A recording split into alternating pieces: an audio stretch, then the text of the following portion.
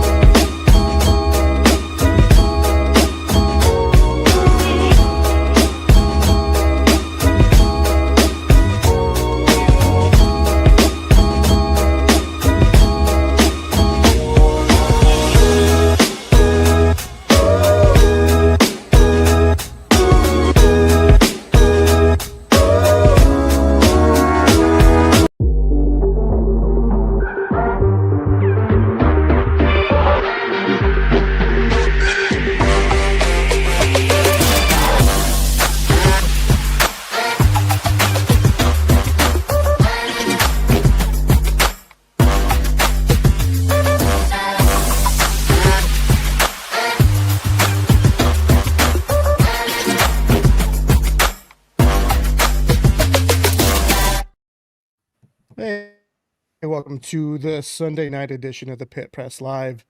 My name is Erik Mouton, your host for this evening.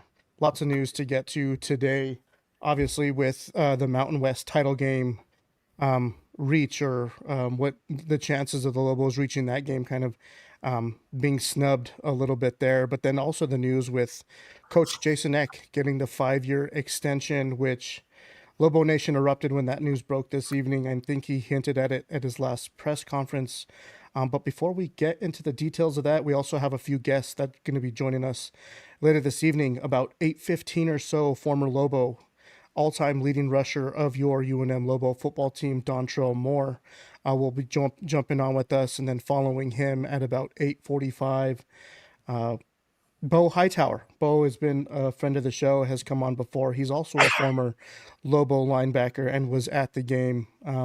So he's got plenty of thoughts, been really extremely vocal on Twitter and the social media space. So excited to get those two guys on and get their thoughts on the most recent news from UNM Athletics. But without further ado, the panel for this evening.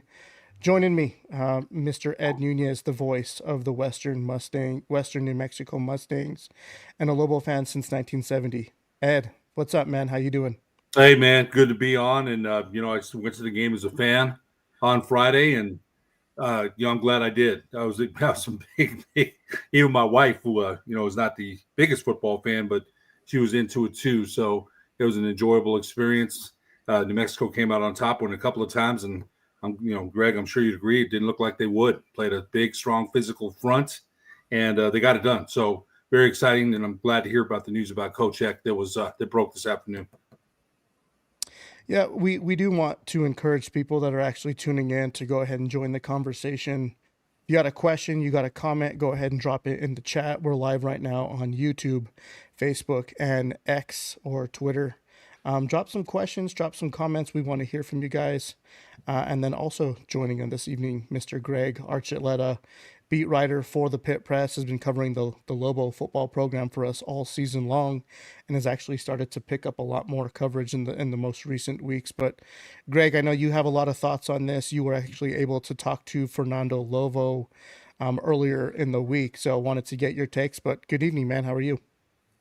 Doing good, except for kind of bittersweet news from the Mountain West, and then my Rams lost today. And so, yeah. So if I unload on some people, just bear in mind that I'm not in the greatest football mind because of the combination of things that happened. So, yeah, well, let's get to the game. Greg, I'm going to keep you at kind of the center focal point of this. I wanted to get your take on the game. UNM knocks off San Diego State. They moved to 9-3, 6-2 in the conference. Tied with three other teams in the conference. End up getting snubbed from the conference championship game. Without talking about, we'll talk about the conference stuff and the championship game a little bit later on in the show. But wanted to get your analysis with the game, how they executed, how they played on Black Friday.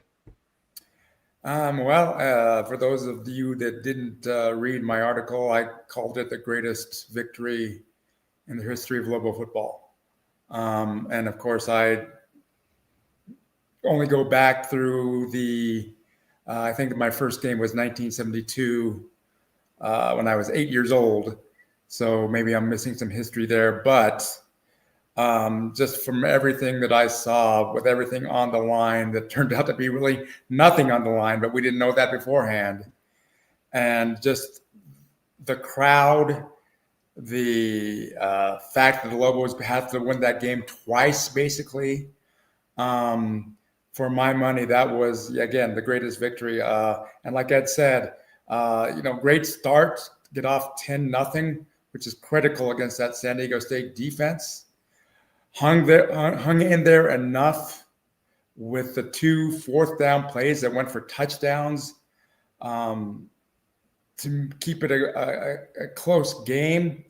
And like Ed said, in the fourth quarter, San Diego State just had the field position battle in their favor, getting the ball back on their 35, 40, 45-yard line, punting it away to the Lobos starting on their 10. Just seemed like there was destined that San Diego State was going to put something together and get a couple first downs. Never happened. And so just incredible toughness, determination by the Lobo football team. And then you go into overtime, get the interception from Austin Bradley. I think you have the game won. And then the unfortunate fumble when I think even Coach Eck said he probably should have just gotten it to the middle of the field and lined it up for the field goal. But to come back, and the next play was huge, right? That was the big thing, is to have that happen, I don't know what would have happened had the Lobos not connected on the very next play, which was the first play of the second overtime, where Jack hits Kate Keith on the 25-yard touchdown pass. If that doesn't go, I have serious doubts that the Lobos win that football game. But that happened. And then the crowd, again, this is why I also say this is the greatest game ever. The crowd forced 3 consecutive penalties because San Diego had to go in the north end zone where the crowd was yelling and stomping and doing everything, and then forcing the fourth down from the 30-yard line. That was just, again, an incredible sequence of events. Lobos, again, just showing their resilience play after play, game after game this season.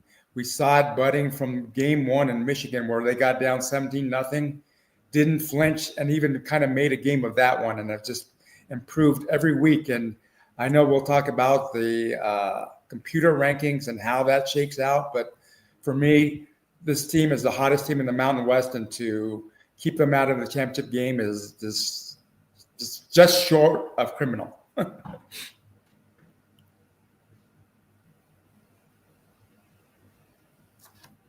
Ed, I'm going to ask you the same question. What was your analysis on Saturday? I know that you attended as a fan. Actually, you weren't in the press box. I know you went with your wife. I think Nick was also there. What was the atmosphere like, right? 30,575 was announced, almost sold out, loud, causing those false starts there in overtime. Break it down for me. I think one of the things that I did was, when the crowd was at full throat, I looked around. I took it all in. The towel waving, I took it all in. The enthusiasm, hadn't seen that in a long time. There's times when we saw Coach Davey and Coach Gonzalez, there might have been 200 fans in the stands total. So when I looked around, I was like, I really got to take this in, and I did every single moment of it. My wife was, in left fist pump. I always tell her she was giving a lot of those. So so I echo what Greg said too. I think UNM 1 of 11 on third down, and they held San Diego State to 4 of 12. But this is a big, physical, tough defensive front. They rushed. I think they sacked Jack Lane 5 or 6 times. New Mexico had problems in protection. They started out, but if you look at those 2 plays, the fourth down plays New Mexico scored on, Lobstein is stopped, pops it out to the side, and scores on a long run. Big play. The fake tush push looked like they're gonna tush push it in or try to get a first down, and Coach Eck said they didn't see anybody on the outside, so they sent McKinley for a touchdown. Big plays there. And I was thinking about Randy Choate, the coach of Nevada, Choate, who said earlier in the season he was very impressed with Coach Eck's formations, and we've seen it all year long. They scored on certain different formations. He's a gambler. I'll tell you one thing: is football games are won in the trenches. San Diego State, they led the conference in defensive scoring. They made it tough for UNM. They really did. But I think Austin Brawley, and Greg brought him up. How big has he been? He got hurt in the first game against Michigan, and he's come back and made some, they missed him, and they still won without him. But he's come back and made key plays. Had an interception on Friday. And so I think he's been a key player for them. Keyshawn James, newbie at the end. He's bend and flex at the defensive end. They were chipping him. They were blocking him with the tackle and then chipping him. He's still got some pressure and a key sack. But I think, and you'll hear DonTrell Moore talk about it later, the 30,000 fans with the false start, causing San Diego State to have a false start. When's the last time we saw that? When is the last time? It's been a long, long time, man. So when I saw that, again, I'm soaking it all in. I'm looking to the left, to the right. I'm looking to cross. I'm like, wow, this is great, a great atmosphere. One that I remember when Rocky was here, we saw that a couple of times. They beat Texas Tech. Fans stormed the field then. They beat Utah when Dennis Franchione was here. When Stoney Case was the quarterback, they stormed the field then. But this is a little bit different, man. This is a little bit different. You played in a championship. You had a chance to play for the Mountain West Championship, and unfortunately, the computer rankings, they got hosed, man. I think the Lobos got a little bit, on the short end of that. But I'm not surprised about the metrics and whatever formulas they used. I don't agree with them. I think UNM should have been in the championship game. But I did want to say it was a great atmosphere there. Greg mentioned, I heard that in the stands that Coach Eck should have kicked the field goal in overtime. It worked out. Good teams find a way to win. That's what he said. Greg has quoted him saying that, and they found a way to win, and they did it again. And Greg, you mentioned the biggest win in Lobo football history. I go back just 2 years more than you did when I started following the team in 1970 when Rocky was a quarterback. And listening to Mike Roberts, huge win, huge, almost brought me to tears when I saw the fans storm the field, man. So Erik, was a great experience for me. Yeah, Greg, I want to talk to you a little bit about the defense. I don't know if the defense is getting enough praise, but they held San Diego State to 3 points in the second half. And Ed, you touched on Austin Brawley. I think once he got healthy and was able to come back, has just been kind of a lightning in a bottle for this defense from that safety possession. He had 10 tackles on Friday. Tavian Combs had another 11, and then Jason Eck just continues to be the anchor of that defense. He also finished with 11 total tackles, 5 solo. Greg, what is your analysis of this defense overall, their evolution from the beginning of the year, just kind of establishing how they might play? But I think they've been a little underrated or underappreciated. And I think finally they just got above that hump and they were able to rattle off those 6 straight wins and really kind of turn this program around. And I think a lot of that is because of how the defense has been playing. What can you say about the defense and just kind of their evolution throughout the season? Well, I think you're absolutely right, Erik. And I think the big thing, and I go back to when I was covering the Lobos with the Journal with Rocky Long, the big thing that they had was they were consistently in the top 25 in total defense yardage rise. And so that's why they got their acclaim. This defense, I think, because of the fact that they have, 22 turnovers on offense, and the volume, and not just offense, special teams too, but just the volume of situations the defense had to come in when with their backs against the wall and not only stop them, but stop the other team from scoring points. So it's hard to compare with the Rocky Long defenses because those defenses reminded me of the San Diego State defense we saw on Friday night. But this defense, again, just for the ability to make plays at the critical times, again, this is probably the best defense I've seen. And of course, we've got to consider Franchione's defense in '97 as well. And then there was one, Austin Brawley had the key sack on San Diego State's last possession of overtime that stopped them from setting up for a field goal and trying to win the game in regulation. And so just, and I got to include Mercury Swaim in that because he's really come on too in the last half of the season. There's just so many players, all of the players have just really stepped up. And like you said, Erik, it's been an evolution where we saw they weren't scared of Michigan. And for Michigan to jump out to a 17-0 lead, have a 14-0 lead and get an interception and the Lobos hold them to a field goal and then end up with 34 points in that game, that should have told everybody right there how special this defense was going to be. And it turned out to be that way. Now, the couple of games on the road against San Jose State, Boise State, where they couldn't recover from 3 turnovers that they committed and they weren't able to force any, that maybe have been the one drawback this defense wasn't doing in the middle of the season. But when these games counted and with the Lobos driving towards the Mountain West Championship crown, at least the regular season, the defense stepped up. And so from that aspect, again, this defense is probably as good as I've ever seen. Yeah, I also want to mention you Greg, you just talked about Mercury Swaim and how he's been able to kind of stand and deliver, and not someone that was talked about a lot. He finished with 7 tackles on Friday. But another guy that stands right next to Jason Eck and Brett Carhu, he was a transfer.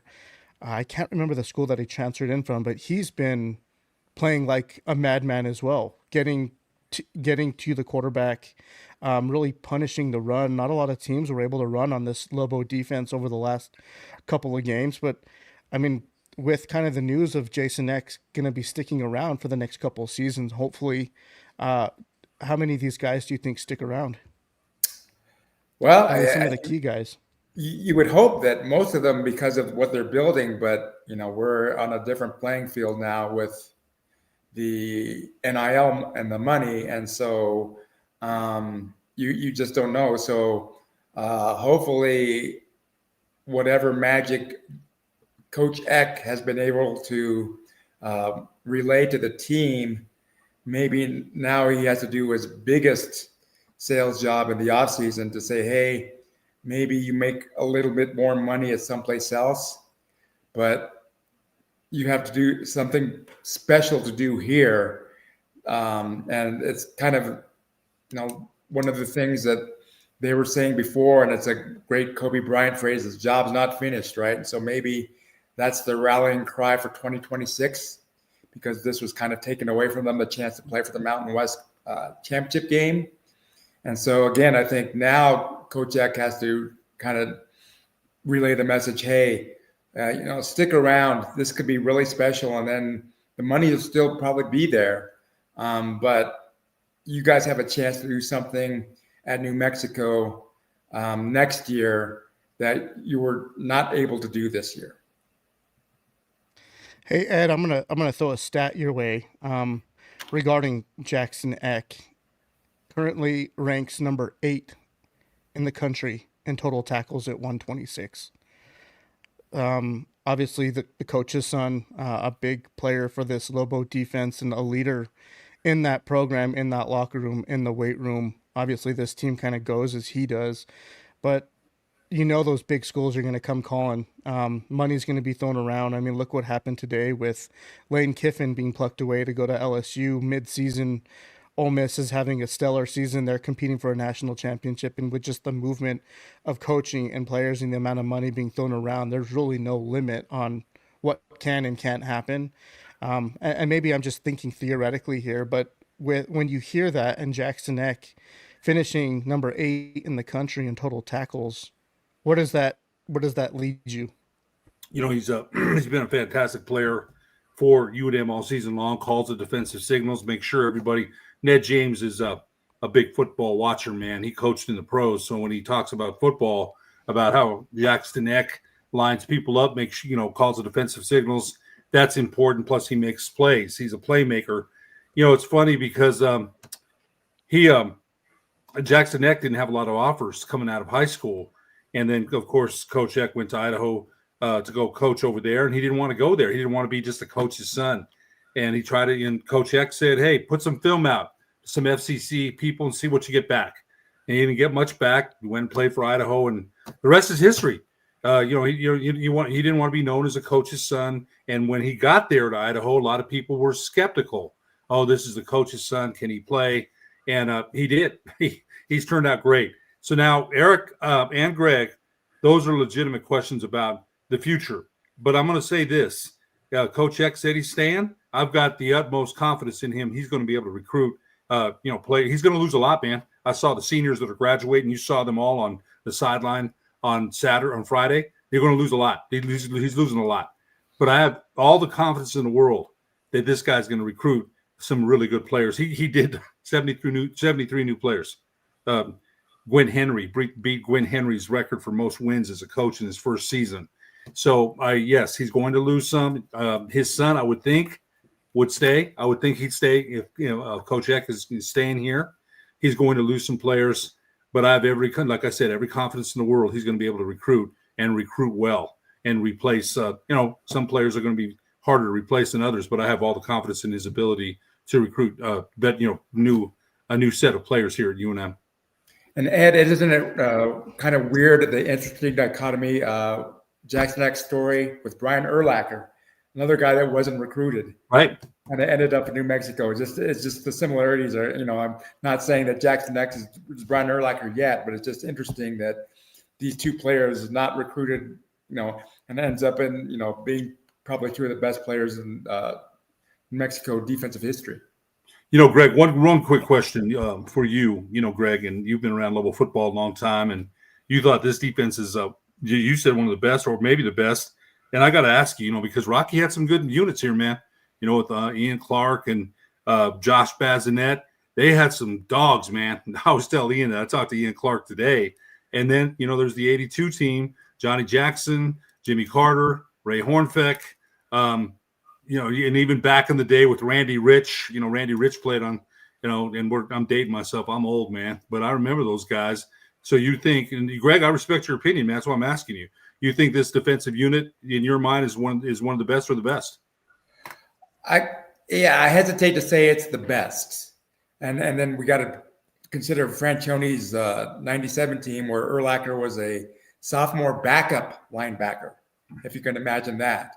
And that secondary that they had, that 97 team, was awesome too. But you got to put this team up there with all of them.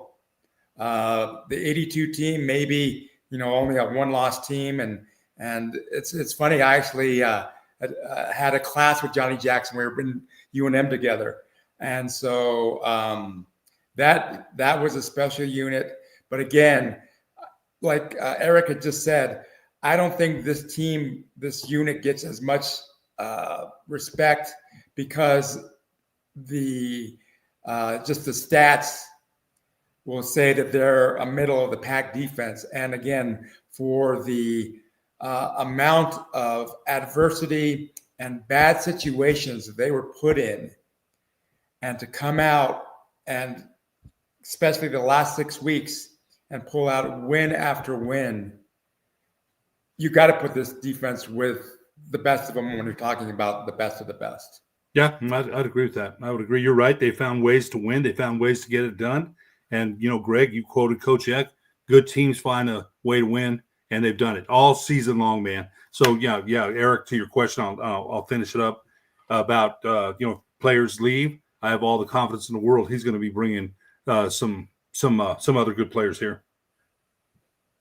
Yeah, I wanted to bring up this comment here. Thomas Cerna, one, have to give Bo Davidson, the general manager of the football program, big credit for finding hidden gems for that roster. And man, he's done an outstanding job, in my opinion. And he did something very similar at Memphis the last 2 seasons he was there. He helped flip them and turn them into a competitor.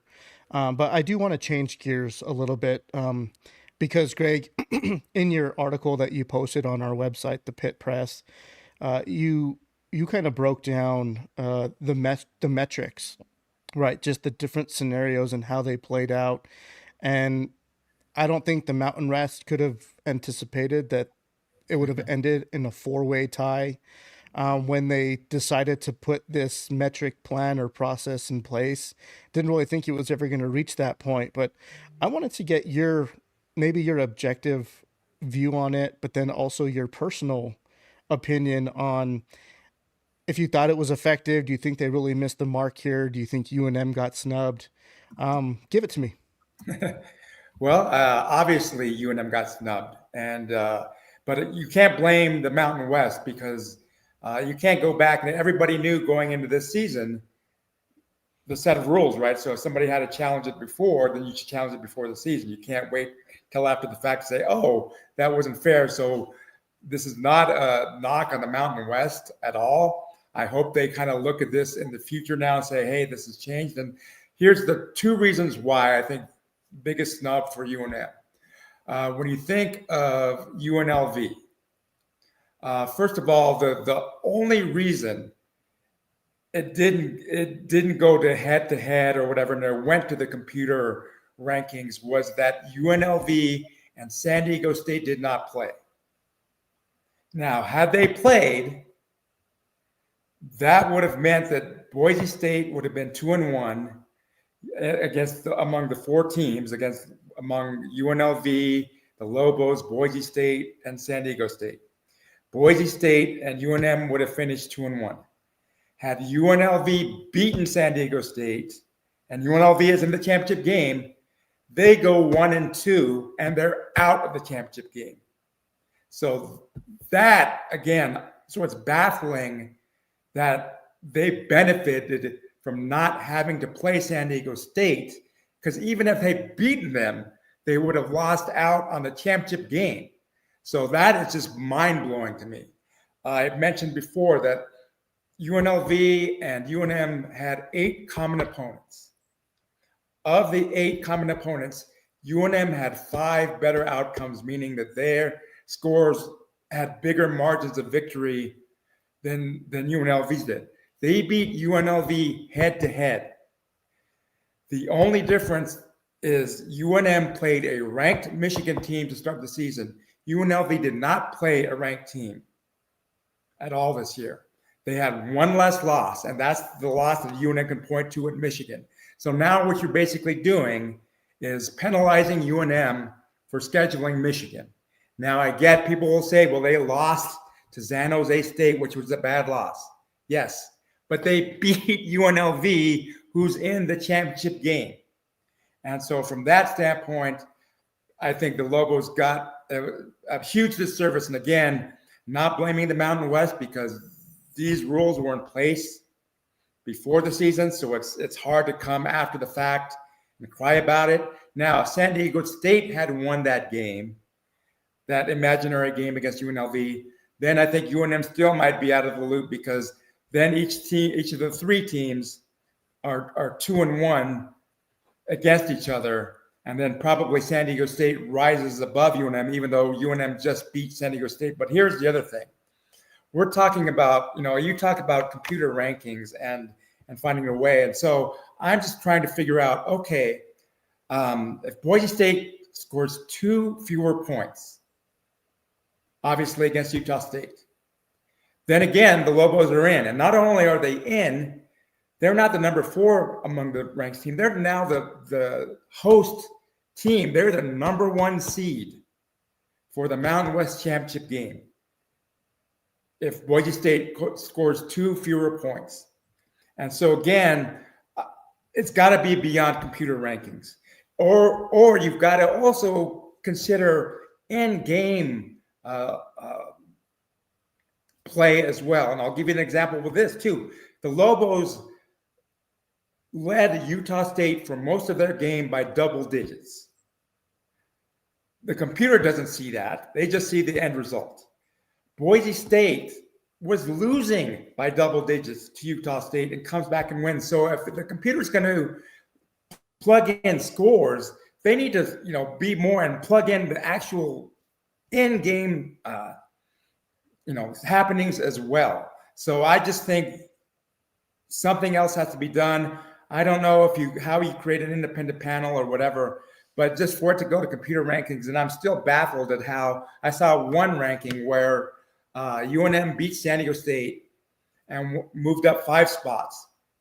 UNLV beat a 3-win Nevada team and moved up 10 spots. That is just baffling to me, and I understand that maybe the teams that UNLV were bunched with because they were higher than UNM in the computer rankings may have lost and they might have grown more. But to me, you beat the conference leader, you should have elevated yourself exponentially. And that didn't happen. And so there's something there that has to go beyond computer rankings. And I hope the Mountain West looks at that moving forward. Yeah, I'm going to give my real quick thought on that, and then we'll cut to commercial break. We got former Lobo, all-time leading rusher, Dantrell Moore, joining the show in just a minute. But yeah, I have to agree with a lot of the things that you just said, Greg. I think just relying solely on the metric system is, I don't know, an accident or disaster waiting to happen. I felt like you kind of take the human element, the eye test out of it, and you can make the analogy with the NCAA tournament for basketball. Right? You have all the metrics, you have the net, you have KenPom, you have everything else out there. But when you watch these teams play, obviously the committee is going to select the team that's been playing the best most recently. What do their most recent wins look like? What do the score differences look like? And to me, the Lobos rattling off 6 straight wins, playing the best out of any team in the conference right now. It's just, it's mind-boggling. And yeah, it is. It's baffling that they didn't get chosen. And really kind of finishing not even in the top 3 for that selections. But we're going to jump to a quick commercial break. Waiting backstage, we'll be right back with former Lobo, all-time leading rusher at UNM, DonTrell Moore. Because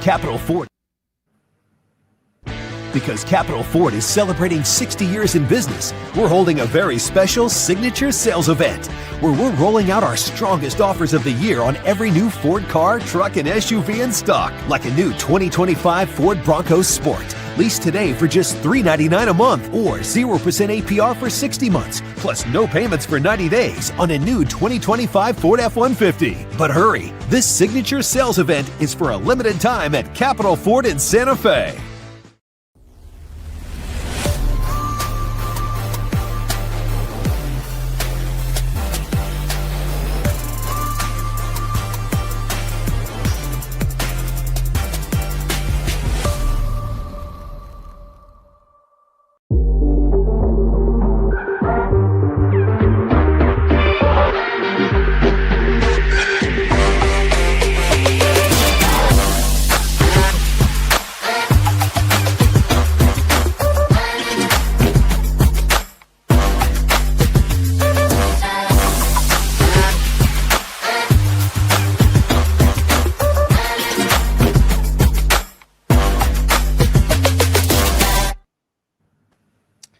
Welcome back to the Sunday edition of the Pit Press Live.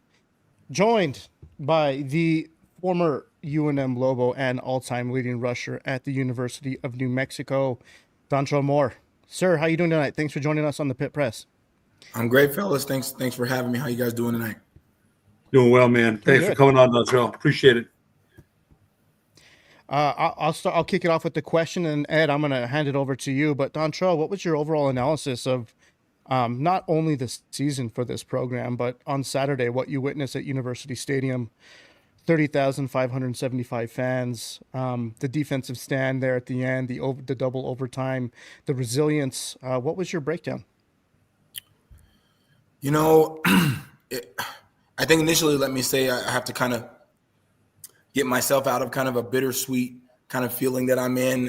It's just kind of odd to kind of, obviously be a vested Lobo and broadcasting now for 12 seasons and obviously having played here and then trying to assess the overall game and then separating, what we watched at the end of the, game on the field and at Utah State. So initially I just say, listen, it was a fantastic football game. It was exactly what you wanted. If you were a Lobo fan, it was exactly what you wanted. If you were a Mountain West Conference fan, if you were a football fan, it was exactly what you wanted. It was two good football teams getting after it. We knew it was going to be a slugfest. We knew that they had wonderful players. We knew where their defense was. We knew all the accolades and things that they have, done over the season. They were really good. But then we also know what the Lobos have done this year. And so it was a game I was looking forward to. Ebbs and flows of that football game, 10-0, the Lobos are up and you're like, okay, they're out in front. Then it comes back, and now it's 14-10. And I think one of the things that stood out to me, Eric, was, the message that Coach Eck gave his boys at halftime, which was simply this: we're not going to worry about the doom and gloom of being down, 14-10 when we were up 10-0. He said, if I had told you guys at the start of the season that you were going to have 30 minutes to play at the end of the year and you're going to be down by 4 with a chance to play for the conference championship, would you take it? That to me is just extremely profound because it's highlighting just his magic, as a coach, where a lot of coaches be like, okay, what's the X's and O's? What are we doing here? We were up 10. There's some fussing. He was simply like, listen, man, would you take it at the start of the year? And the answer is yes. 75 new players, all of the disarray, the stuff that we want to talk about the man and Logan, all the stuff that was going on with this football team. And then if I say, hey, we're going to be down 4. With 30 minutes to play, would you take it? I said not only would they take it, people will say there's no way it's possible, right? And I'm sure you guys would kind of think about that too, right? There's no way you would have thought at the end of the year they'd be 6 wins in a row, 25,000 plus season average, vying for a conference title, which I'll say they should be in, no doubt in my mind. And then, so just a great game. You can go through all the stuff, then you get to the overtime, and then Lobstein, I feel for him. You're just going in. He got you down there. And you're like, what's going to happen? You throw the pick. Brawley does his thing. And then you hear the electricity in that crowd. And I'll go back to the very beginning of that game. Someone was on the field hyping the crowd up before the game. And that was just a huge honor for me. And to feel that I challenged the crowd, and I felt that throughout the entire game. And that's what I said, be big in those moments, and they were. Robert Portnoy asked me after the game what was my breakdown of the game, what was my biggest play of the game. And I said without hesitation, it was the 3 consecutive false start, line procedures on the offense that the crowd caused. It was absolutely a direct effect of the crowd, and there's no doubt. And so that was the biggest play for me that made the game crazy, and it was prophetic that the offense got the ball first, and then the defense was able to close it out, because that's kind of the way this season kind of played out. And so that was kind of my overall breakdown. And you felt at the end of that game when the crowd rushed, regardless of what happened in Logan, that was a Mountain West Conference title playing football team. That's what you felt.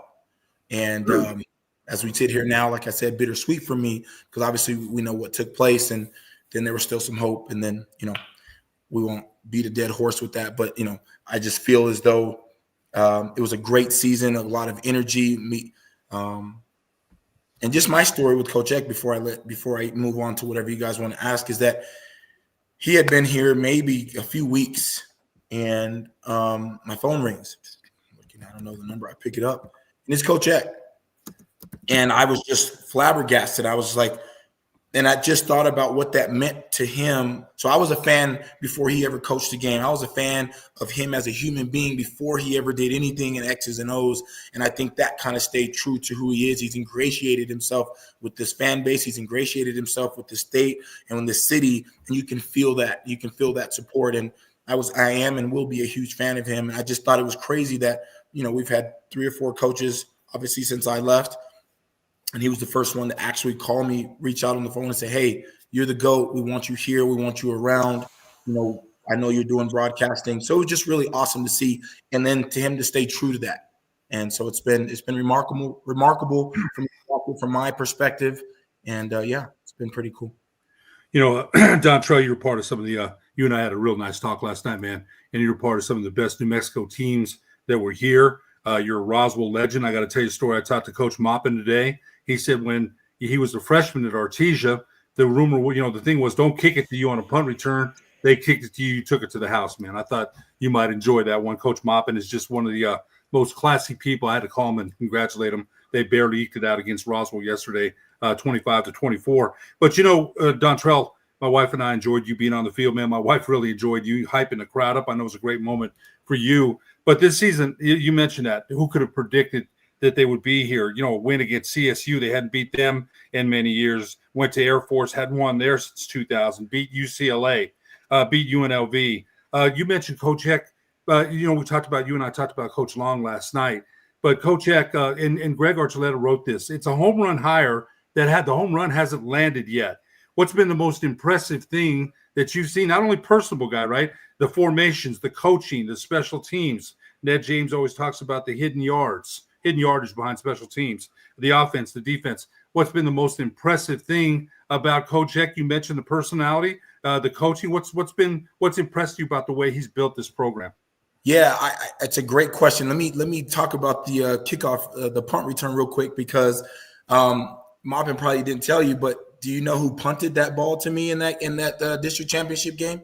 No. Cole McCamey. Oh, there's some irony there. No way. Yeah, Greg, Erik, Ed, absolutely crazy irony. Cole tells the story even better than me, which is crazy, and I tell good stories. But it's the district championship, and they literally said, don't punt it. And they've actually held me down to my lowest, rushing total that I've ever had, literally. And Cole gets off the greatest punt. I'm not joking. It was like an 80-yard punt. It's going over my head. I run back and catch it like on the 10, over my head like the 8, and then I take it back, and the last person I made miss.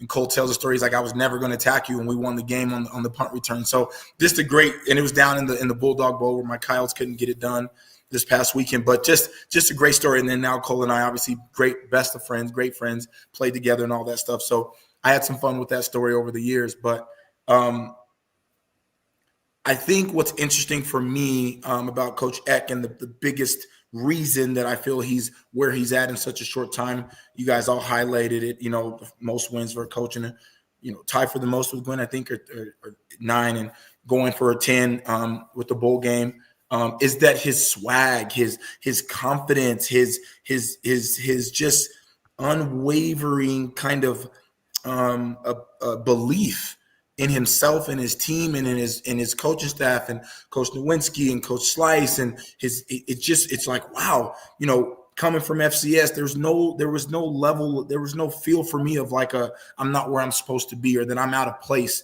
or this is too big for me. It felt like they were never, he had his team feeling like that no moment was big for them. Greg talked about the Michigan game. Listen, I mean, that's the third quarter. There's still doubt in that football game. That should not have been. There was doubt in that football. I was there in the stadium. There was doubt in Ann Arbor from a Lobo football team's game one, right? And so if you throw that in the metrics, right, let's get it right. And then I think even back to the Boise game, it was 17-14 with 7-8 minutes to go in that game. It got away late, some couple plays, but his belief. CSU, 13 games, Air Force, some of the streaks that just kind of and it was about belief. And if I'm being honest, just his swag and confidence as a human being and as a coach and what he's doing, and it was unwavering. Even when there was trials and tribulations and turmoil, I felt like I don't know. I know we talk about X's and O's, and Coach Nowinski, Spence is just, a mastermind, and I love Coach Slice too, but I just think Coach Eck's mentality, his belief. I said this on the radio broadcast. I said when mentality meets execution, you have success. So if your mentality is that you're going to win and you're going to be aggressive and you're not going to bar, you're going to just be who you are. And then when those link with execution and performance, you're a 9-win football team, right? And so that's one of the biggest things that I think has stood out, is that he's just been confident, unwavering. I mean, when you get the lowriders and you come in there and you're just doing all those things, and you're out in the South Valley rubbing elbows, and you're getting just everything that he kind of stands for as a human being just kind of played itself out, and it's something that I think Lobo fans are eating up. The embracement of our community is so big. You mentioned that. Nothing against any other coach. I don't know if I could see anyone getting in a low rider and doing what he did. And he's only been here a year, and rubbing elbows and the high fives and Lobo up. When he first did that, I had to laugh when he did that. I had to laugh. But when I see him, I'm, hey, Lobo up, man. Lobo up. Greg. Well, I'm going to interject one story that is my favorite story of DonTrell before I ask a question. So, and this is just the class that Dantrell Moore has. Is I remember the 2004 Emerald Bowl, and the Lobos lost to Navy, and DonTrell got hurt in that game.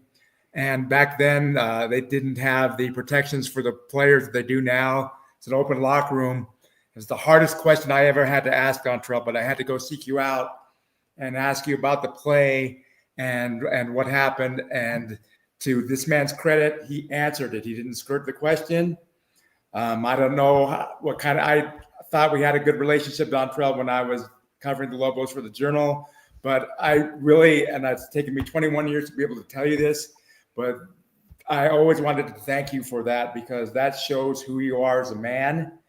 And just be – and even back then as a college student, to be able to answer that and not just brush me away speaks volumes of the kind of person you are. So I just wanted to let everybody know that. And again, thank you for that, DonTrell. So my question is, DonTrell, so the 2003 season, did you think of anything similar? Because I know you guys played Wyoming that year on the road. That was a crazy snowstorm where you guys shut them out. Then you had to wait for Utah BYU to finish, because had BYU won that game, you guys would have been conference champions that year. That was a 3-0 game that Utah ended up winning. But I just wanted to know if that brought any memories to you about the similarities between what happened Friday and what happened to you guys in 2003. Yeah, just class. That's a classy recollection right there by you. And I will say this too. And at the bowl game, whenever you came in, I was devastated. I mean, I was absolutely devastated. There was talks of me potentially coming out early to go to the end. I was, that was my whole life as a young man flashing before me, oh my goodness, there was no, don't play in the bowl game. That wasn't even a thing, right? And so I appreciate you recognizing that. I really do. That's important to me. I thought you were going to bring up the one where I always ran off the field and you had to chase me. I thought that's what you were going to build. That was a weekly occurrence, DonTrell. So yeah, that was. Greg was just like, it was funny. I just had a thing, freshman all the way. I said, once practice is over, I'm running off the field. And, Greg was obviously, everybody was going to come interview me. And I said, hey, you're going to meet me at the underneath because I'm running. So it was Greg was kind of like, at first. And then he just, that's DonTrell. We'll meet him over here. But yes.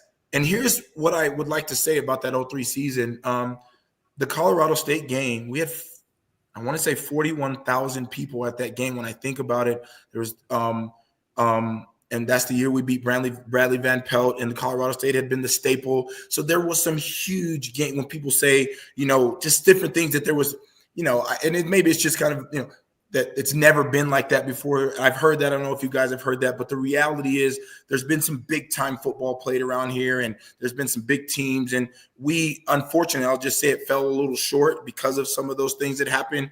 BYU beating, I think BYU had to beat Utah. Is that what it was? Or Utah had to beat? Because you had beaten Utah, and they had Correct. Urban Meyer their first year. Correct. So, yep. No, I remember that game for sure. But then you lost to UNLV that put Utah in the driver's seat. Correct. And so there was a 3-0 game there. So yep. And I remember the UNLV game. I had a fumble. I remember, and they ran it back for a touchdown. I remember like it was yesterday. And that's just the ebbs and flows of football. And if the results end how we want, we're the conference champion that year, and we were the best team in the conference that year. We just had some mishaps against teams that just like think about this year, San Jose. Jack Lane throws 3 interceptions. I think that game they had 5 turnovers in 2 games, 2 to 3 back-to-back games, and so San Jose State is 1 interception or 1 away from the Lobos being maybe 1 loss, and then the Boise game is 17-14 with 8 minutes to go. Right, so they're right there. So it makes me go back to think, hey, you got to take care of your business against those teams that you are supposed to be better than or you're supposed to play, and unfortunately we didn't that year against UNLV, and they didn't this year against San Jose. Boise's Boise, but absolutely the same kind of feel. We rushed the field. It's just amazing energy, amazing support.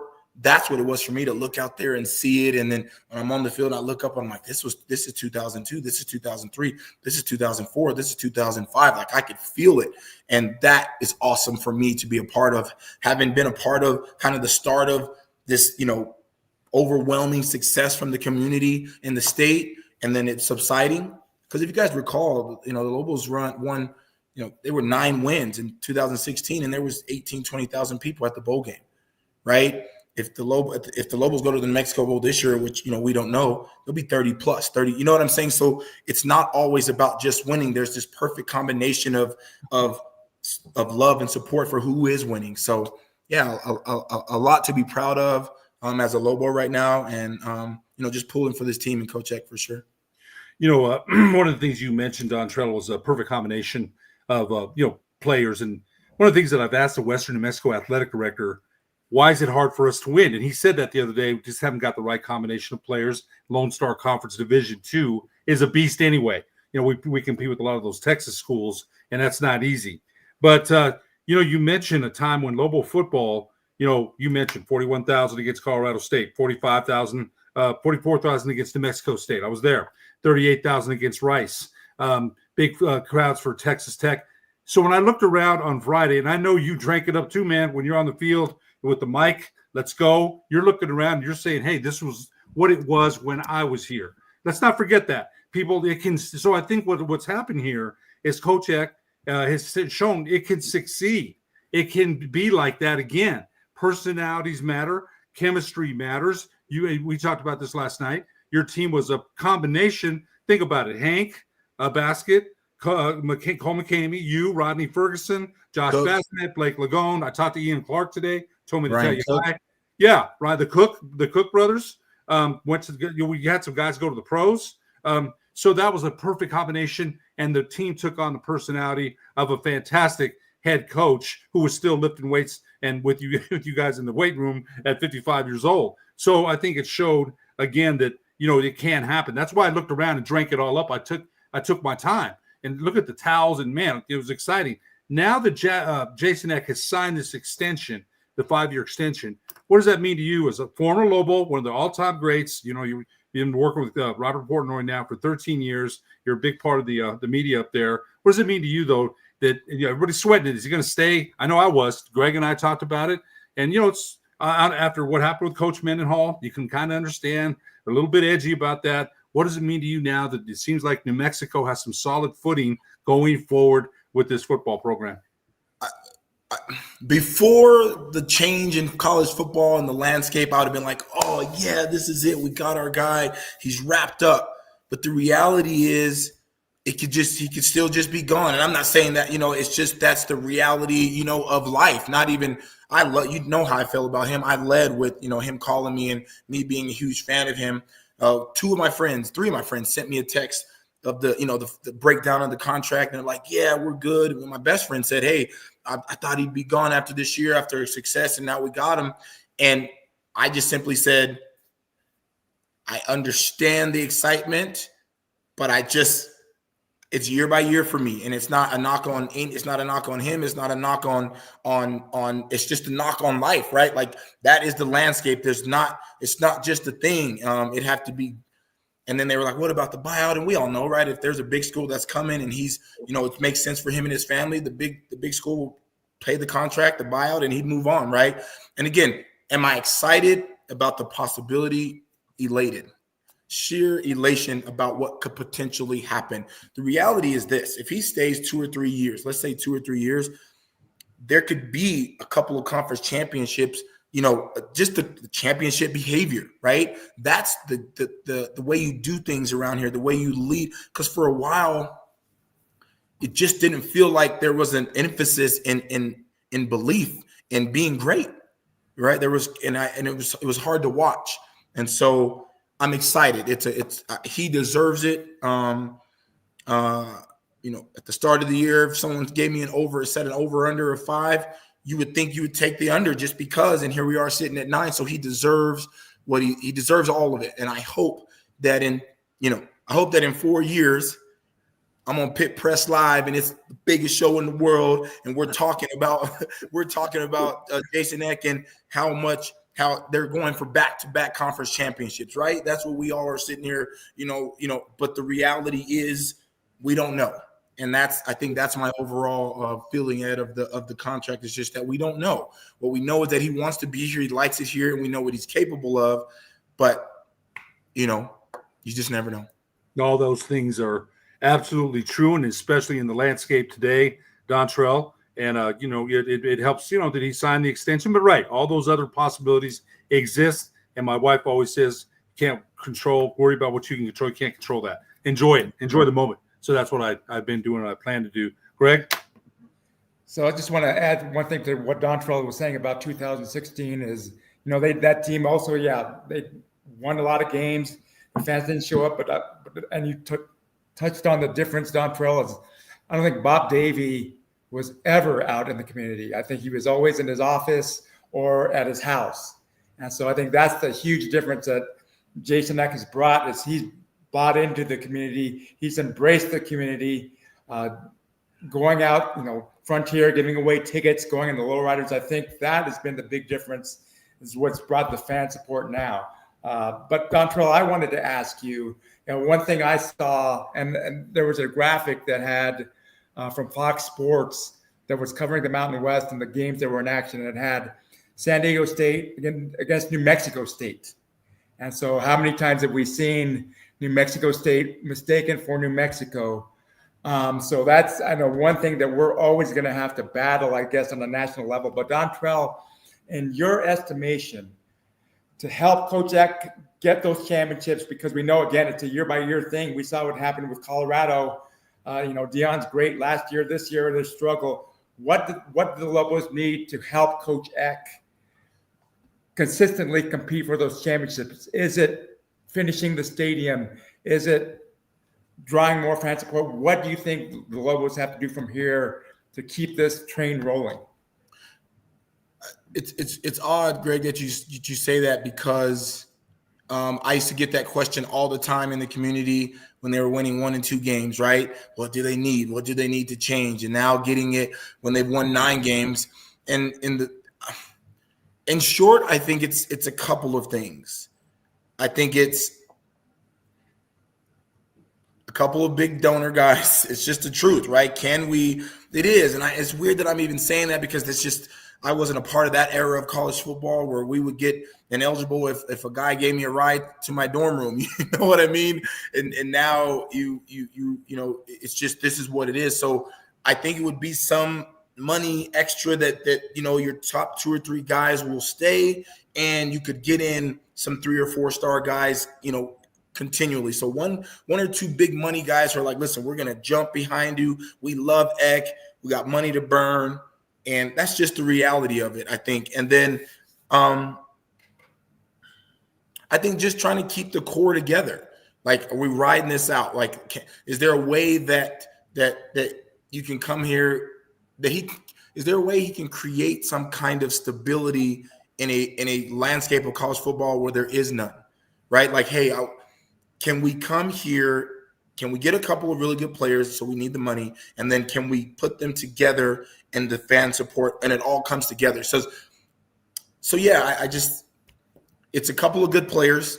It really is. It's reloading with a quarterback. It's having a stud on defense at every level. A money, you got to have 3 or 4 money guys, 2 or 3 money guys on each side of the ball. And then a belief that, hey, we're going to stay here, right? That I'm going to be here for a couple of years. Let's go try to do something special in the next 2 or 3 years, right? I think that would help. Because if I'm a recruit, I'm a 4-star recruit, and New Mexico's now on my eye. I'm a Mountain West Conference guy, you know, wherever I'm at, you know, or if I'm transferring, and I feel like, well, he might just be gone the next year, or he might, you know, so why am I going to go there? But if there's some kind of belief that there could be, you know, some energy down the road, then I think that's what the Lobo organization would need to be able to say, hey, in the next couple of years, we're either competing for a couple or we've won a couple. So, you know, DonTrell, well said, because that's what it's going to take, man. It's a lot different. Like you mentioned, when you played, one little slight infraction to NCAA would, they practically shut down the Lobo, and Greg knows it, Lobo Gate, and shut down the whole program when Norm was here, and God rest his soul. People still loved him, and I did too. Norm was a personality. He really was. But one more question, DonTrell. We're gonna let you go. And you and I had, like I said, a nice long talk last night. You've been working with the legendary Robert Portnoy for 13 years now. What can you tell us about? You had such great things to say about him. I was hoping you could share with everybody else. Yeah, I'll just be honest. I remember when I was first doing this.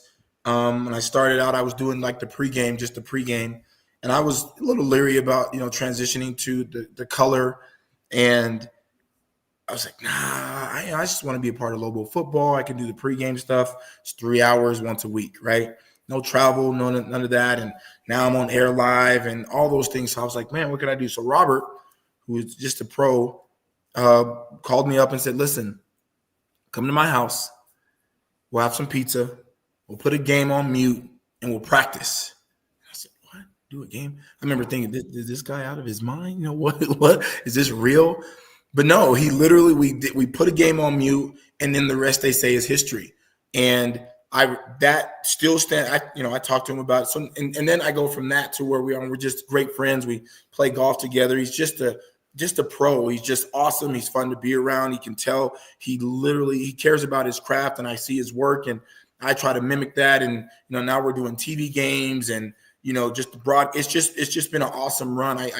And to that, he and I have been a part. This is where I think our relationship grew is we called a lot of football games, guys, where it was not close over the last 12 years, right?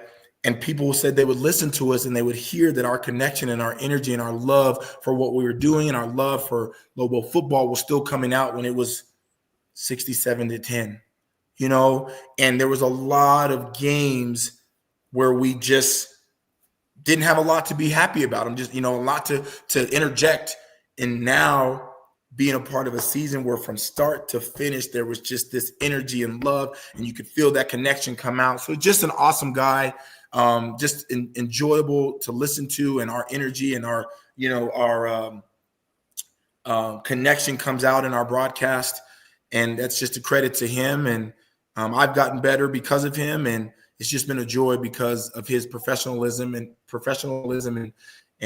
just willingness to help me out. And here we are. Yeah. I got one more, maybe two more things for you, DonTrell, before we cut you Absolutely. loose.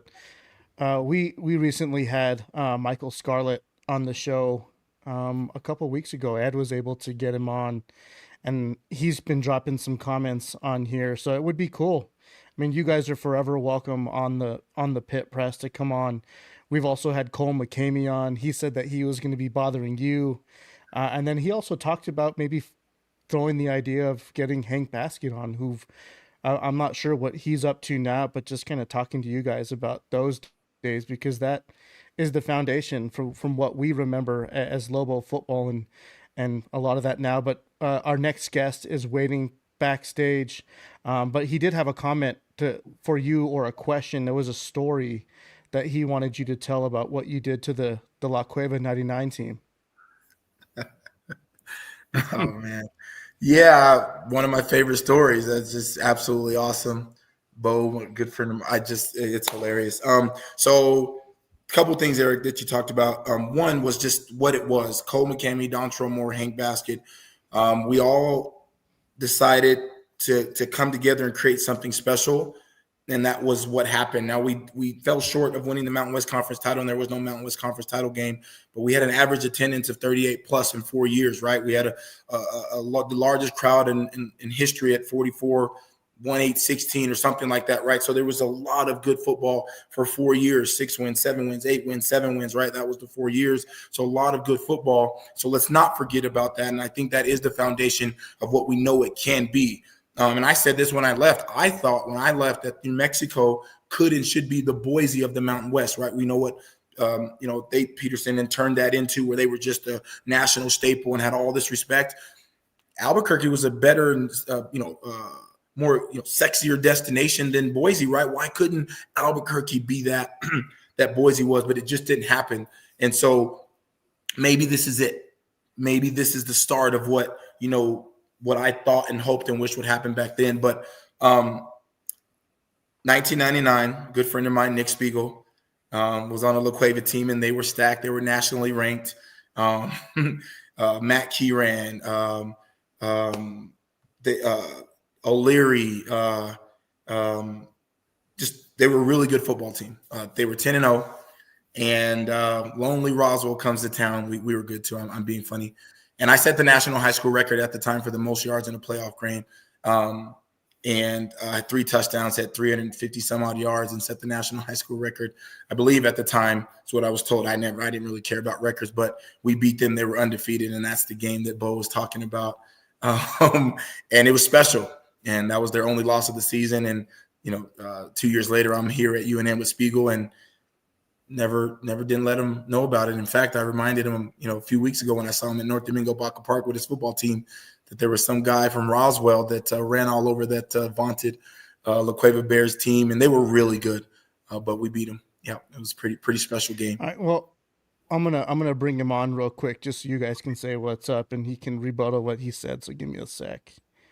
Bo, welcome to the show, man. How are you doing tonight? Hey, gentlemen, how are we doing this evening? Doing good. No, I wanted to drop your comments that you've been leaving, and we had DonTrell on, so I wanted to get you guys on at the same time since you guys have been chatting back and forth. What's up, brother? How are you, my friend? I'm good, man. Just staying with it, man. Listening to you, watching these Lobos, getting fired up for Coach Eck. Enjoying it. No, absolutely. It's awesome. You and I've had multiple conversations, right? When I go in, I'm getting adjusted, and we're talking about kind of things that have transpired, the old days, and all the stuff that's happened. And I think, and you could attest to this, the combination of him, some good players, and now this support could get back to what we know and what it used to be. And I think he's there, and I hope that they continue to do what they've done, and we can put 3 or 4 years of this together, and then we'd be good to go there. Let's go. Let's go. I love it. I love it. Do you remember the La Cueva game though? I know you talk about it, you and I talk, but do you remember, was it 400 Yeah, it was 28-21, I think. That was the final score. Yes, it was. Yeah. We were 10-0. I think you guys were 7-3, maybe. You guys were in a tougher district than us. Correct. And we were definitely looking ahead, and we shouldn't have been. Obviously, we knew they had Trell, who's a parade All-American, and they had Dante Bright, I think was the other guy's name. So they had some big time players, the Coyotes. But I think we were feeling ourselves a little. I was only a sophomore on that team, so I didn't play a whole lot. Yeah. But yeah, I just remember the feeling going into it. There was a sort of like feeling that we were just destined to play Las Cruces for the state title, and the Southern boys came up and ended our season in remarkable fashion. Mostly DonTrell. Yeah, I had my best game as a Coyote, and the cream rises in the biggest moments, and I was able to do it in that game. So no, you were a junior, right? I was a junior that year. My cousin Dante Bright was a senior. And I ended up big hitter. Yeah. Oh, he was the hardest hitter in the state, the best. He actually signed with UNM out of high school, and then the clearinghouse happened and all some crazy stuff. But it was a great game. There was a lot of Lobos on both sides on that team, which was really cool. But and it was at their house, so it was awesome. And I know there's a lot of Lobos or a lot of New Mexicans over the years that remember that game and still talk about it. It was a great football game. It definitely was. Yeah, I think you probably played with like 12 guys from La Cueva during your career at UNM. I did. Yeah. And I did. And I'm telling you, Bo, that he told all of us about it. Hey, listen, man. To the winners go the glory in the trash talk. No doubt. And I'm not a big trash talker, but if it's teed up, it's all about it's your teammates. It's just ribbing more than anything. No doubt. That means I love you guys. Listen, if they throw me an alley-oop, and I'll slam it down, man. But there it definitely is. Good time, definitely good energy, and still contact with a lot of those guys, and we are all just overjoyed with what's going on right now with Lobo football, and quite honestly, we're due. We deserve this. And you think about things that happened last year and what you thought initially when Bronco was here, and it was like, oh my God, this is it. And then it's a blessing in disguise, is what I tell people. Without what happened with Bronco, we don't have Eck. And I'll be honest, and this is not we won that deal. We won that deal. Big time. So. Yeah. Well, we're going to take a quick commercial break. We'll come back with Bo Hightower, DonTrell, D-Train. We appreciate you coming on the show, man. You are forever welcome on the Pit Press. So anytime we can steal you. Ed, thanks for connecting us with DonTrell. Any last thoughts from you, Ed, before we cut him loose and go to a quick commercial break? You know what, DonTrell? Like I said, we had a great conversation last night. You're a big get for us, man, especially in lieu of what happened at University Stadium on Friday. And getting you was just perfect time with Coach Eck signing that extension, getting you on to talk about your broadcasting career and your time at being on the field on Friday and getting the fans hyped up. I thought you did a great job. So thanks again for coming on. Can't wait to get you on again. Thanks for having me, fellas. Best of luck down the way, and go Lobos. See you, Bo. Because Capital Ford is celebrating 60 years in business, we're holding a very special signature sales event where we're rolling out our strongest offers of the year on every new Ford car, truck, and SUV in stock, like a new 2025 Ford Bronco Sport. Lease today for just $399 a month or 0% APR for 60 months, plus no payments for 90 days on a new 2025 Ford F-150. But hurry, this signature sales event is for a limited time at Capital Ford in Santa Fe.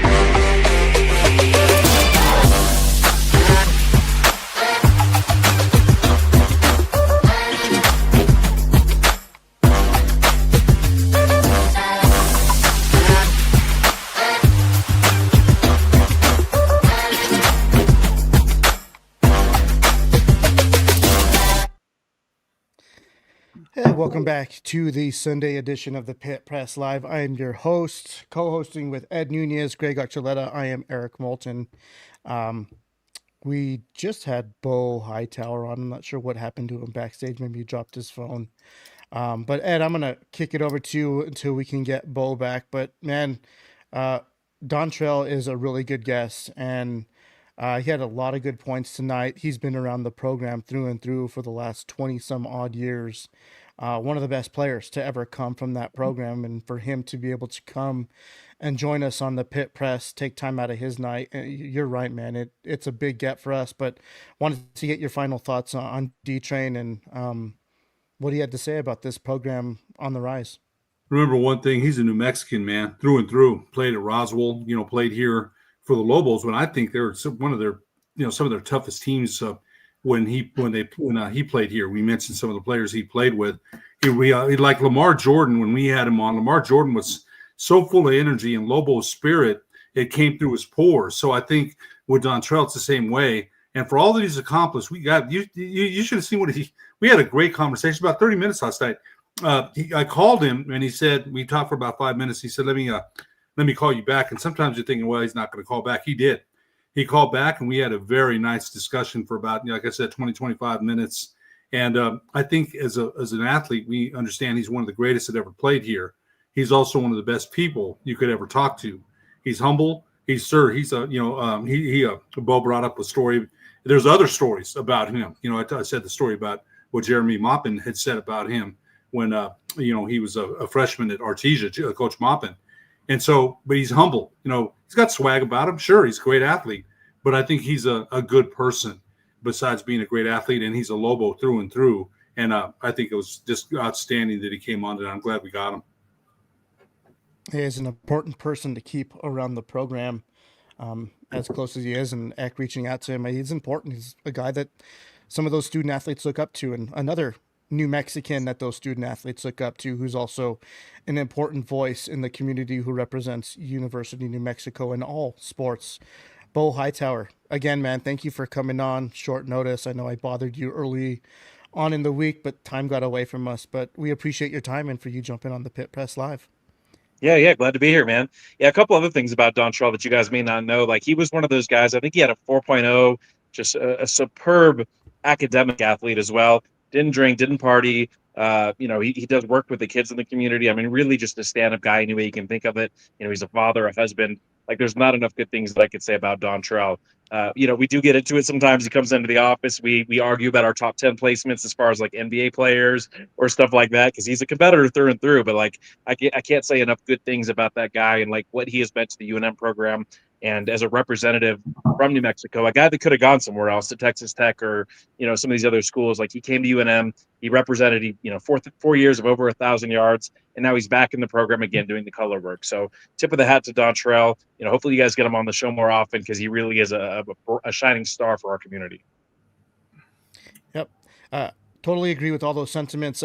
We had Greg backstage. We brought him back on the social. He'll be joining us in the conversation, Bo. But you were on the field for most of the game on Friday. It looked like you were getting hype on the sideline. Man, what did it feel like to be back out there? The atmosphere, and then really kind of your analysis of the game and what that win, the magnitude that it really was for a program like this on the rise. Yeah, it was great. I think I graduated in 2006, so I was a year behind DonTrell. So I was in the inaugural New Mexico Bowl. So I'm a year younger than Trell. I don't know how he's keeping his beard so dark, by the way. I need to ask him some questions about that. So I've actually only been to, I think, 2 Lobo games since that point. I just, I hadn't reconnected with the previous coaching staff all that much. I knew Danny a little bit, but they didn't do a lot of work in the community. And when Coach Eck came in, he and his creative team, if you guys don't know, I do a lot of social media stuff. I've got about 5 million followers across social media, and I would love to help out the Lobos any chance I get. And the creative team came to me and they were like, let's do some work together. So Coach Eck came in, we did an episode. We talked about trying to get fans out for, the Colorado State game, and just watching this team grow. So I got to know Coach a little bit. I got to talk to him for a couple hours. I've had a couple conversations with him. And one thing that I could definitely say is he just gets it. And I don't know where he gets it from. He doesn't have he's Wisconsin, but not a ton of experience around big time programs. but he just has the it factor, the thing that makes the community thrive. He knows how to talk to people. He knows how to be professional. I think he also knows how to relate to young people. He's pretty young himself. I think he's 48. And he's just like, he's willing to go get in a lowrider. He's willing to go do a chiropractic video. He's just doing all the things that you would need to see in that community to reach a whole bunch of different sects of New Mexico, of the internet, and get people excited about Lobo football. And I think it's really great to have him. Yeah. Greg, Ed, feel free to jump in on some of the questions, but I'm going to ask you more of a football specific question. You played linebacker at UNM, I believe, right? Linebacker or safety. You're on the defensive end. Do I have that right? Yeah, yeah. I was mostly a practice player. I won Scout Team Player of the Year award, so I was one of the guys that was giving DonTrell looks to get ready for the games. You know, making sure that he was ready to go and put it on the other guys. So I did letter my senior year, mostly on special teams. But I was on the field for a lot of those games that he was talking about. Conversely, I do have a Mountain West Conference championship ring because I went to Colorado State for 2 years and then transferred back to New Mexico. So I'm one of the only guys that actually does have a Mountain West championship ring in the group. But we were there for the 04 game like he was talking about with Texas Tech. I was on the other sideline for Colorado State in 03, and the place was just absolutely rocking. They beat us. You know, I think Daniel, I can't remember who the defensive end was that knocked the ball away from Bradley Van Pelt at the end of the game. But man, back in those 03, 04, 05 days, the crowd was just crazy and rocking. And this was definitely a throwback to that. So Coach Eck, Brandon Hurst, they'd like to give a shout out to him too. They invited me down to the sidelines to shoot some content with them, try to cheer the guys up on the sidelines. And I'll tell you what, it felt like a pit game. It was so loud, and the results were there. When you see the 3 false start penalties in a row, the crowd really, really made an impact on the game. And it's just great to see the community actually embracing football and proving this isn't just a basketball school. They can be both. Yeah, the towel waving was cool too from the crowd. Go ahead, Ed. Bo, when you say that, it felt like a pit game. We haven't seen that at the University Stadium in a very long time. The game against the Aggies, 37,000. There was a lot. I remember over there by where they have the tailgate. You couldn't move through the alley. My wife and I were there, and that was a good crowd. That was, and the attendance has increased for sure this season, and it's good to see because you mentioned during those times there, I was there, man. 44,000 against the Aggies. I had to park way the heck out there in the dirt, man. 38,000 against Rice, 41,000 against Colorado State. And so I think what made me so happy was that I looked around, like I said, I drank it all up, man. And I said, hey, this can happen again. But you mentioned, my wife said it too, it has to be the right combination, right? Now, Rocky Long was a great coach. He's not the kind of guy that's going to go low riders but my understanding was he's good in the community. People remembered when he played here. I remember listening to Mike Roberts when he played. Sam Scarborough, Fred Henry, then Randall Wishbone. I remember him very well. So, and we said those teams took on his personality. He's still lifting weights with them. Toughness, right? He said that. You knew if you played New Mexico, you're going to get hit in the mouth, man. 3-3-5. He's known for that. But I think when you describe Coach Eck the way you do, personable. Right now, he's got to be able to coach too. You can have now. Bronco could coach. Coach Mendenhall could coach, but I remember at the press conferences last year, you'd ask him a question. He'd look down, he'd look up, and I wanted to shake his hand a couple times when he walked by. But you got this icy feeling, man. And look, that's Coach Mendenhall. It's his way, right? He doesn't want to deal with the media. But I think in all the times that I've watched, Dennis Franchione was pretty personable. He was. Mike Shepard was very personable. His teams just couldn't stop anybody. Mike Shepard was a nice guy, right? But this guy here, and again, I'm going to give my colleague Greg Archuleta a lot of credit. A home run hire that hasn't landed. Talk about tape measure shots, Babe Ruth, Canseco, Hank McGuire, any of those guys. This home run hasn't landed, man. So I think when I looked around, I just got the best feeling that I hadn't gotten in a long time about Lobo football.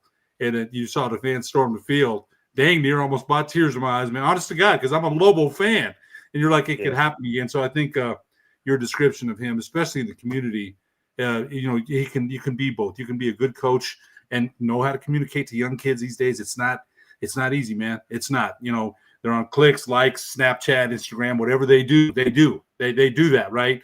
But I think this guy here, over here giving high fives, jumping up. When he does it, I laugh, but it's sincere.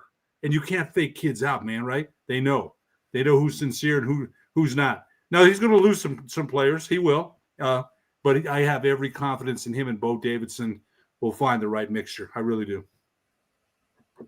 Yeah, I think that's right. It's funny you mentioned that. So shout out Jeremy Leach. I think I started going as a Lobo season ticket holder in probably 87. I was probably 4 or 5. I spent my entire childhood going to Lobo home games. I saw the game at Wyoming in 93, the Utah game in 94.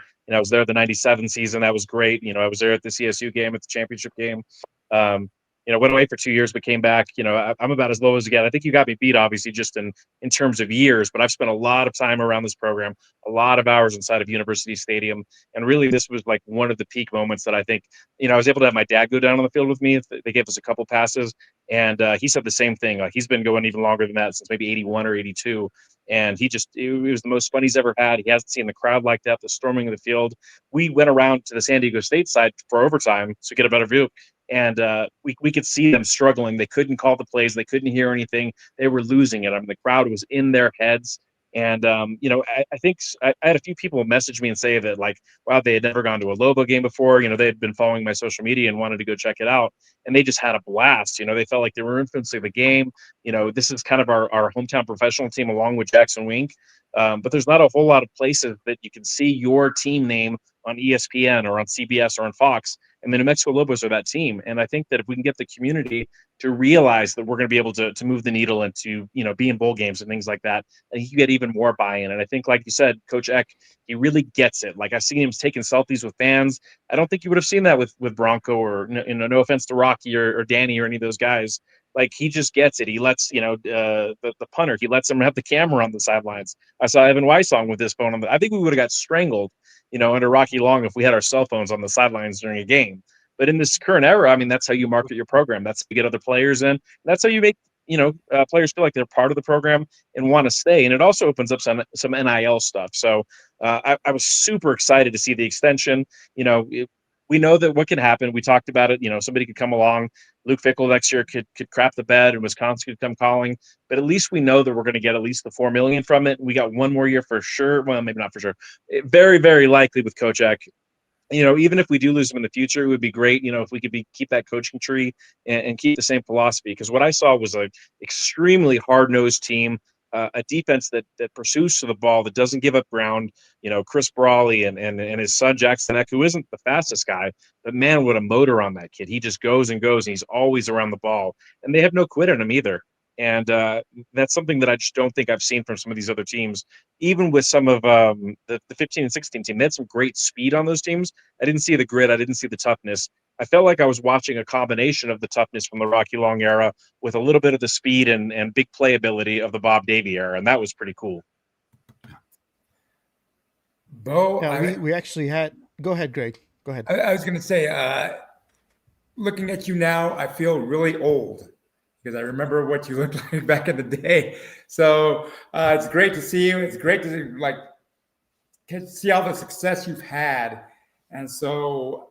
As a person that my extent of athletics was in high school, but DonTrell touched on this, and Coach Eck said after the victory at San Diego State, when they lost their 10-0 lead at the half, and it's down 14-10, and how Coach Eck turned it around by saying, if I had told you before the season we'd be down 4 points playing for the conference championship, right for the conference championship game, would you take that?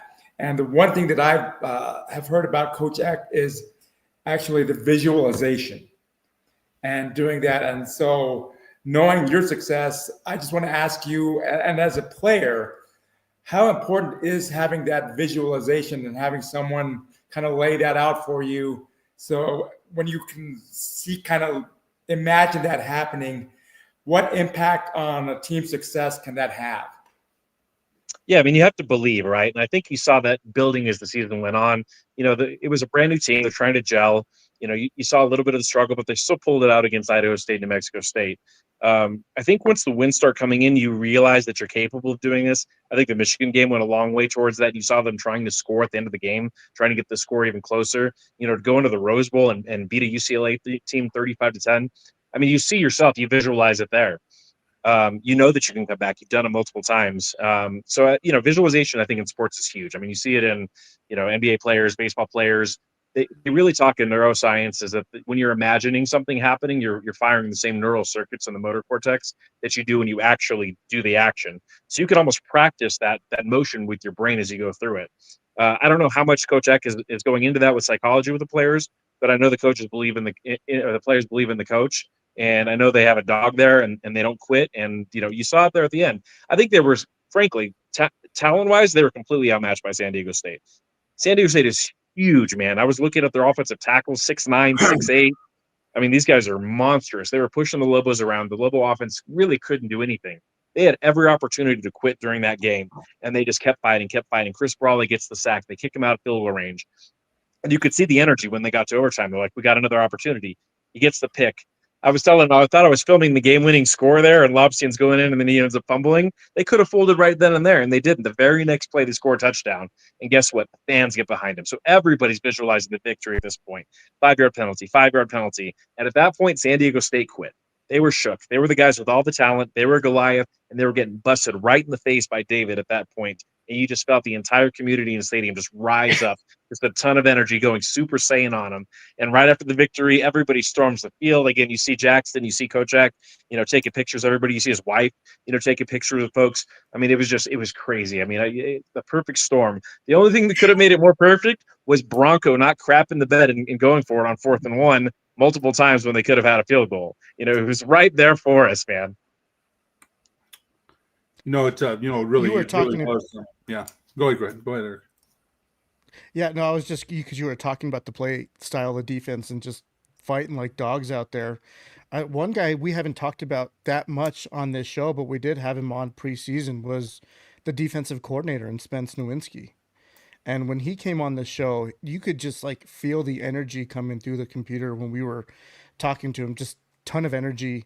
He talked about just like the mentality that he was trying to instill in the players and the group defense, how everyone was just going to sprint to the ball. They were going to group tackle. And he made a comment. I think he took it from Full Metal Jacket, but he talked about, we want these guys to fill us the next day. We're going to go out there, dig holes on Friday so that we can bury bodies on Saturday. And it was just like that type of mentality.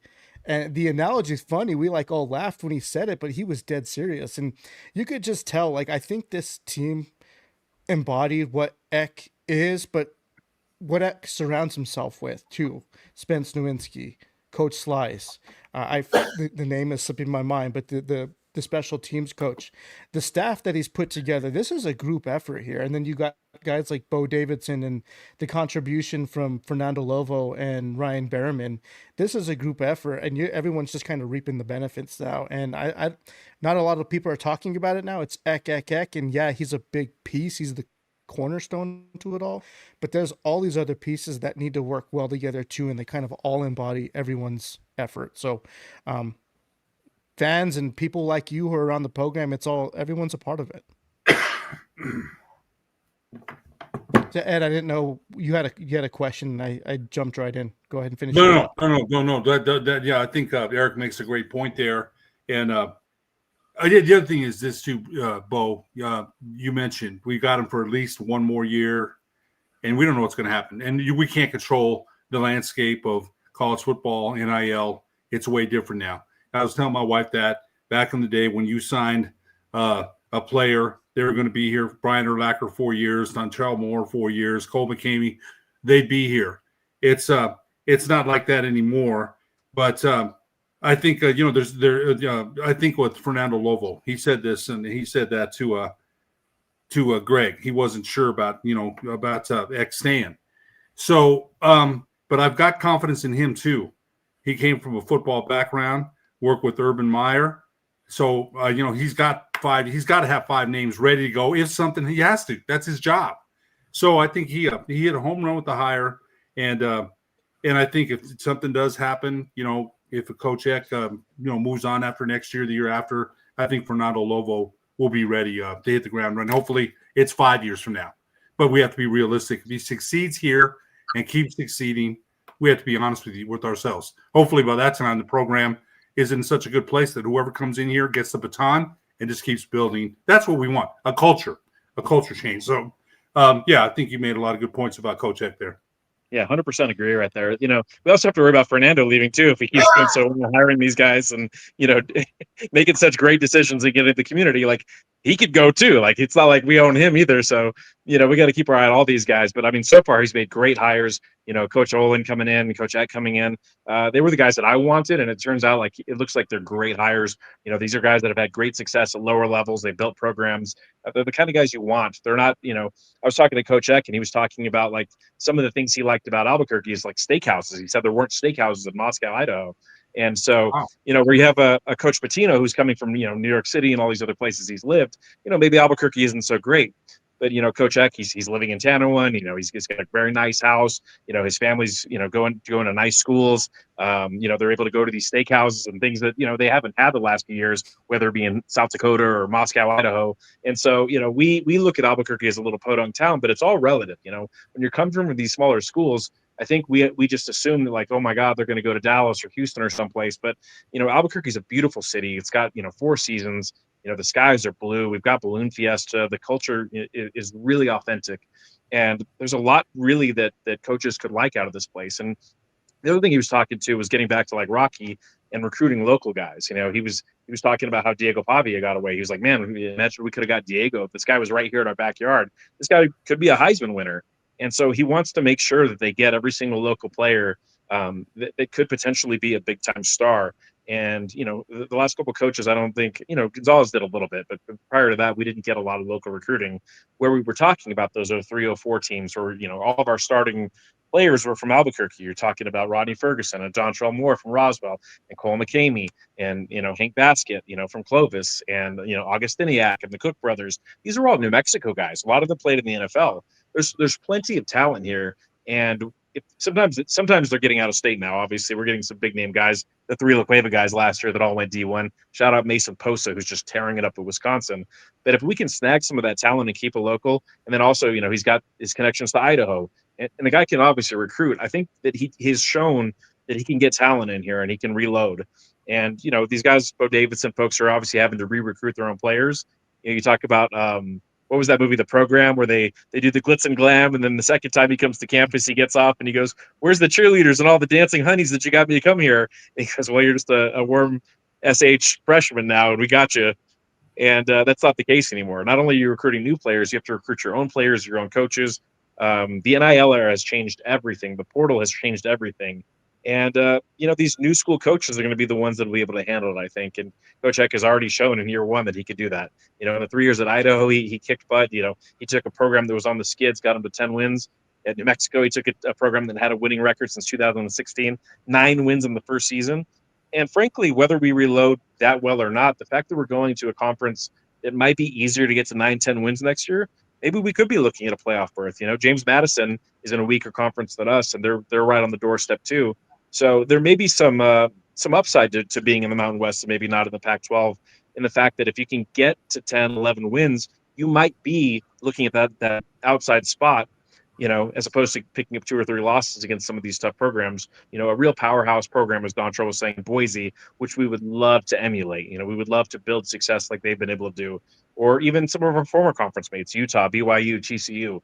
I think it's possible, Yeah. You make a great point, Boyd. But the one thing I think that at least for however long we do have Coach Eck, he has given Fernando, and if Fernando leaves too, has given UNM a blueprint on how to maneuver this day and age in college football and how to bring in new guys, engage the community, get a team together. So at least there's a template there. So like you said, if we have to go rely on another coach, we can find somebody that does that. I will say this about Rocky now. You're right, absolutely right. I know Rocky too. He would have never done 1/100th of the things that Coach Eck did. But the thing about Rocky is, I don't know how many stories I heard about he was at the Waffle House or he was at K&I Diner, not these fancy restaurants. He's somewhere and someone would come up to him and say, "Hey, Coach, I just am a big fan. Just want to tell you good luck." And Rocky would buy him lunch or buy him a Coke and say, "Hey, sit down. Let's have a conversation." And so Rocky, you talked about the ultimate grassroots person. I think that's why he was beloved, former Lobo that way. But those are the stories that at least Rocky had the makings of that. Now, like you said, I don't know if he would have done any of this new age stuff with cell phones and video, but there is that blueprint there. And so you're right. Rick Pitino, especially in football, I don't think that's a destination for a big name coach unless like Davey that's been out for some time and comes back. But we do need somebody that's going to embrace the community like he has. And so just moving forward, Bo, what else do you think UNM could do? And I asked this about DonTrell, obviously get some big donors, but is there something else you think that UNM can do to kind of complete the picture and make UNM a consistent powerhouse, no matter who's the coach, no matter, like Ed said, how do we build that culture? Yeah, it's hard to know because this is the new world. Boise did it the old-fashioned way where they just won consistently and they got their community to embrace it. You can watch, we always joke with Jeff Grammer that their stadium's always under construction, but it really is. I remember playing them in 2000 and they had just, I think, moved up to D1. They beat us pretty handily after, not being a Division I program. But you could see the writing on the wall that this program was on the rise, and they just kept doing it. Went from Big West to WAC to Mountain West, and getting into the Fiesta Bowl and things like that. So whether I don't know exactly what happened there, whether it was just the community or they just had great athletic directors, they were able to refill and great. I think that's what it is. You're getting great head coaches one after another that build a community, a tradition of winning, and then you've got Albertsons there that was able to invest a bunch of money. So I don't know if it's the money. It might be in the NIL era, but the big thing is just consistent winning. Winning begets winning. Tradition begets tradition, and it can fade away pretty quick. I mean, you look at a school like Nebraska or something like that. Young kids don't remember them being good. Young kids only remember 4 or 5 years ago.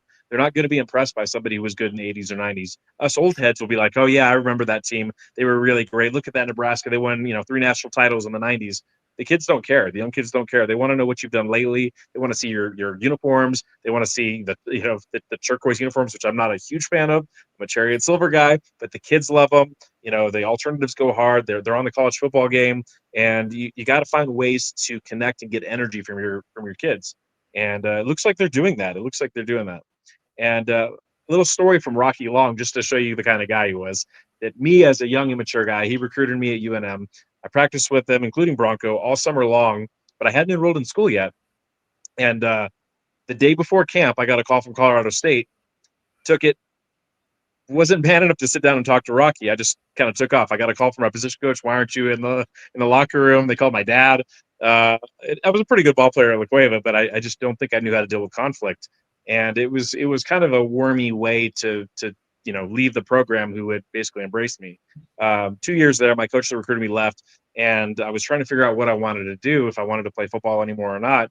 And even after all that, Rocky was willing to welcome me back into the program and bring me back in, even after, essentially leaving them high and dry before my freshman year.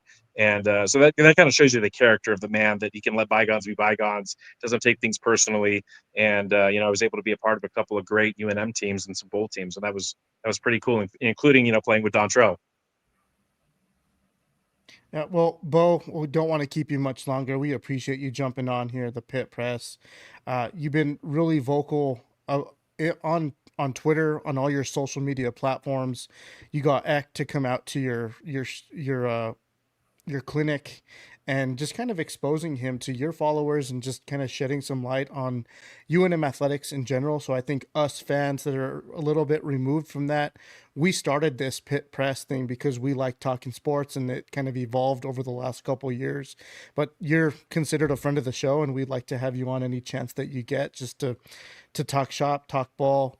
But you're a local guy. I know that you actually recently had some new news coming out, so I'll let you plug OSM, what you've been doing with Jackson Wink. I think you can be opening up another clinic, or you're partnering with another business and opening up a second location in Albuquerque. I thought I saw something like that recently, so I'll let you kind of talk about that before we wrap up the show. Oh yeah, we actually have 5 locations. So we have 3 in Albuquerque, 1 in Las Vegas, 1 in South Florida. So we're expanding at our north side location. So we're over on Paseo and I-25. We've got 2 providers that we're going to be expanding to 4 providers with the Performance Ranch.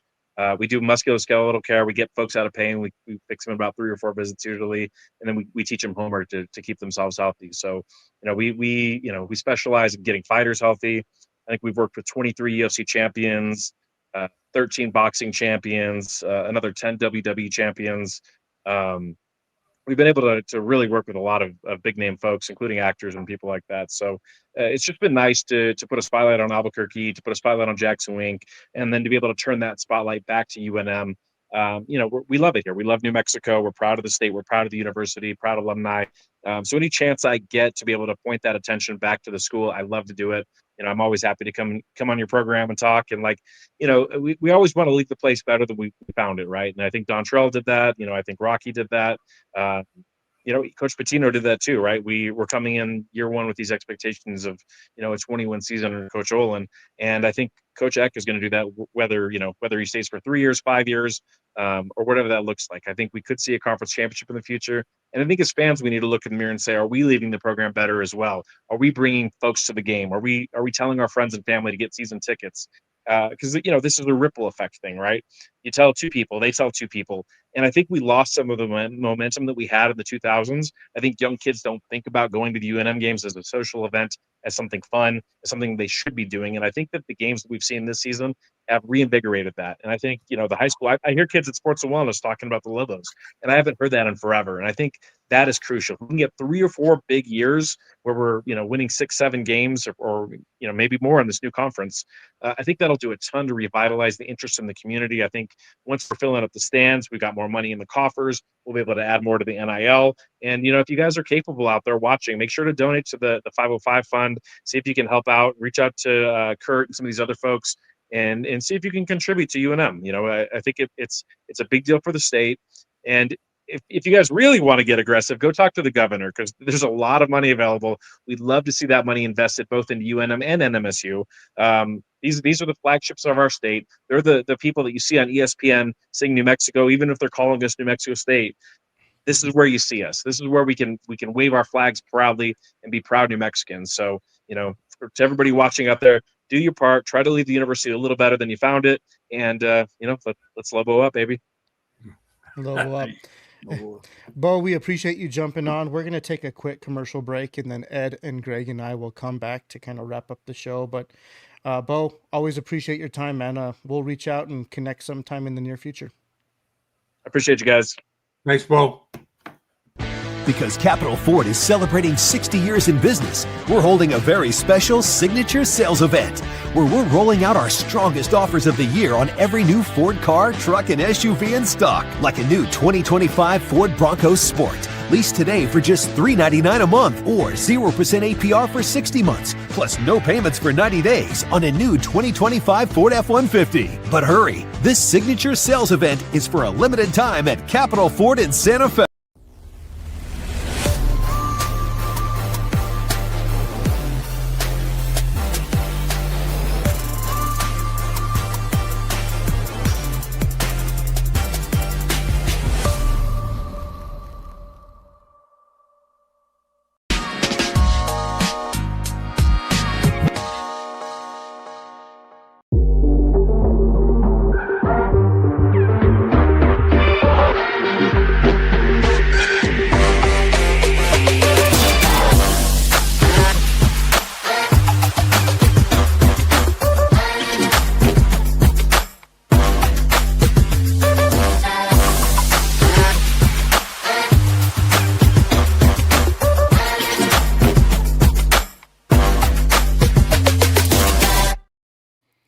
Welcome back to the Pit Press Live Sunday edition.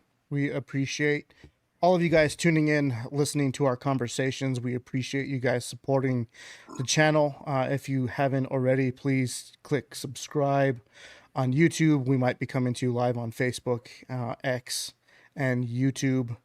Give us a follow. Ed's been a big part of our team. He's been with us since the beginning.